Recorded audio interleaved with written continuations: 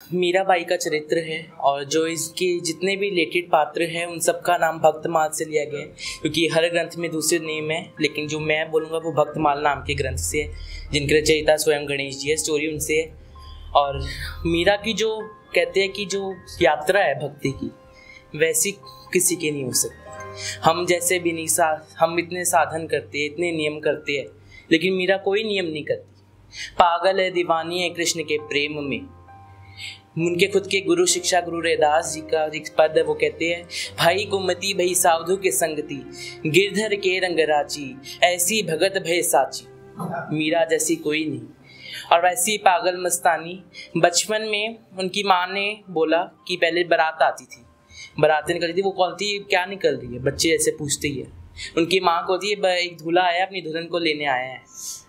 तो वो कहती कि मेरा दूल्हा कब आएगा मुझे लेने, वो है कौन? वो कहते तेरे गिरधर गोपाल है ना। वो कहती ठीक है। और वो रंग ऐसा चढ़ा मीरा को, उन्होंने सपने में ही बिहारी जी से शादी कर ली गिरधर रूप में। और सबसे मेन बात, एक्चुअली मीरा की शुरुआत उस जन्म में नहीं होती, पिछले जन्म में मीराबाई बरसाने की एक सखी होती है भक्तमाल के अनुसार, और वो कहते हैं कि उनका नाम माधवी था। बरसाने की सखी होती है, पुराने जमाने में छोटी उम्र में शादी होती है, फिर बाद में गौने होते थे कि बारात आती थी लेने के लिए, डोली उठाने के लिए। शादी हो गई, चली गई, और फिर बाद में बारात आती है, तो वो बारात आती है तो उसकी माँ उसे समझाती है, शिक्षा देती है कि मीरा तू वृंदावन जा तो रही है, लेकिन वहाँ पे ना कन्हैया है, उससे बच के रही हो। उनकी नज़रों में नज़रें डाल ली तो बस तो उसकी दीवानी हो जाएगी, तो अपना पति धर्म खो देगी। वो कहती ठीक है माँ, मैं कसम खाती हूँ कि मैं अपना मुंह उनके सामने घूंघट रखूंगी।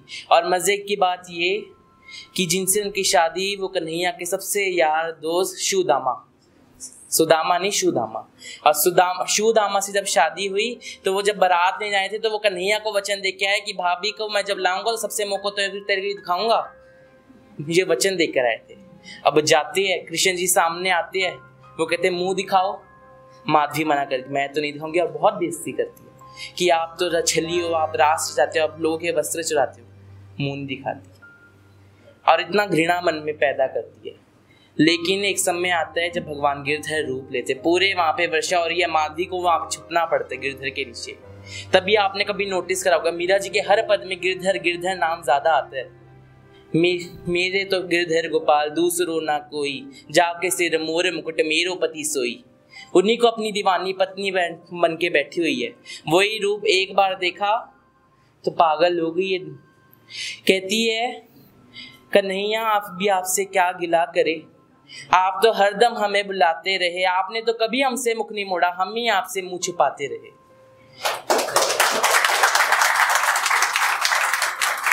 मीराबाई हम आजकल के भक्तों को दे देती, जो हम आजकल इतना साधन करते हैं ना, सिले हुए वस्त्र नहीं पहने, गले में कंठी माला में, मीराबाई थोड़ी ना करती थी। उसको जो मिले चोगा वेश पहन लिया। रानी थी मारवाड़ की बेटी, मेवाड़ की बहू। राणा सांगा से उनका विवाह हुआ। राणा सांगा इतने अच्छे, जिस प्रकार मीरा जितने तो नहीं, लेकिन वो भी अपनी महाकाली के पूरे भगत, तो उन्होंने भी अलाउ करा। लेकिन कहते ना बुरा समय, परीक्षा का समय आ गया। मीराबाई के पति के देहांत हो जाता है। उनके देवर राणा सांगा गद्दी पर आते हैं।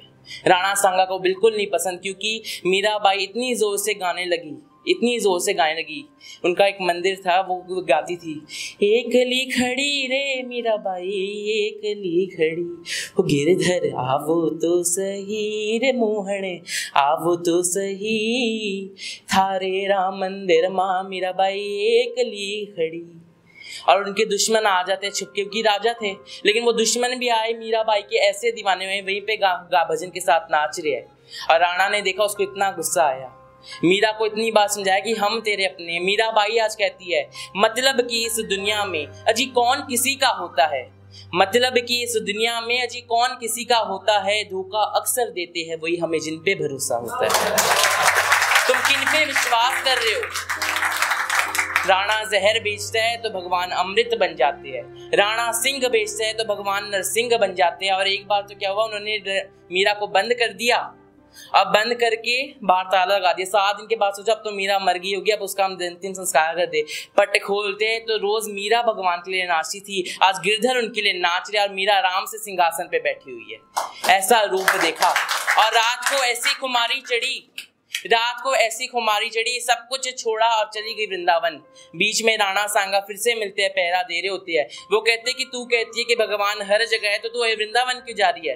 वो कहते ये गलती ना करना, ये गलती ना करना कि एक बार अयोध्या जाओ, 2 बार काशी, 3 बार जाके संगम में नहाओगे, 4 बार मथुरा, 9 बार बरसाना, 8 बार जाके हरिद्वार में नहाओगे, 13 बार तिरुमल्ला, 12 बार रामेश्वरम, सहस्र अनेक तीर्थ कराओगे, होंगे यहाँ प्रत्यक्ष 10 श्याम श्यामा के, वृंदावन जैसा आनंद नहीं पाओगे।